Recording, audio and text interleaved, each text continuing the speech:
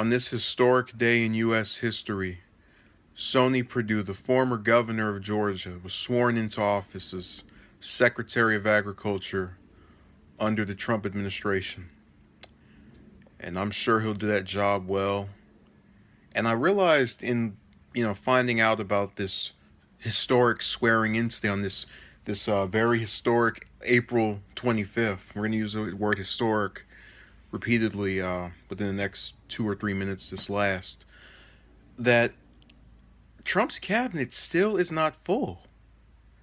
They still haven't approved Acosta, the guy that the Cuban guy that they're saying will be his first Hispanic cabinet member. The more I thought about that, I said to myself, I don't feel a sense of disillusion with the Democrats for doing this, where they're going out of their way to make sure that his cabinet members either don't get in quick or you keep trying to fight with them and make sure they're not there or whatever. Because you have to remember, a lot of Obama's stuff later on didn't get through either. For example, Merrick Garland, Republicans refusing to even hold hearings on him. Loretta Lynch for Attorney General. That must have been a good 4, 5, 6 months that lasted.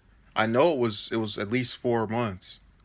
I take that back. 4 months would be the equivalent of, if all those months are 30 days, that's 120 days. She had about over 100 days between when she got nominated and when she actually took office or was confirmed or whatever.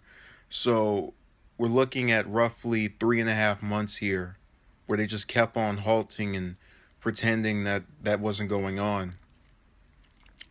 Now people will say to themselves, well, when he was getting in there, they let his stuff go through. Well, that's true, but you have to remember, when Obama's first 2 years were, at least as far as who was in office and who was in power, very different from the latter 6, in that before the 2010 midterm elections, the Democrats the majority in the House and the Senate. So he was kind of at a point where he could have done anything he wanted. And I'd argue that first that full year of 2010, which is when he passed the Affordable Care Act out, and really all of 2009, because he was in there for the entire year except for the first 20 days, that was the time where he really could have made the biggest impact on much of anything. I mean, you have to remember, it was a Democratic majority in both chambers of Congress. And people always talk about, he didn't do anything for this particular group, African American, his own people, whatever. Things could have been done in that time that probably wouldn't have been up for negotiation with Republicans later on. I'm just saying. So what does that have to do with Trump? Well, he's in a very similar position right now because the Republicans have control of both the House and the Senate.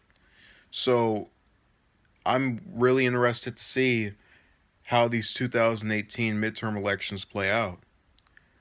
Because if they swap both, one or two of the chambers to the Democrats, good luck getting that signature legislation passed.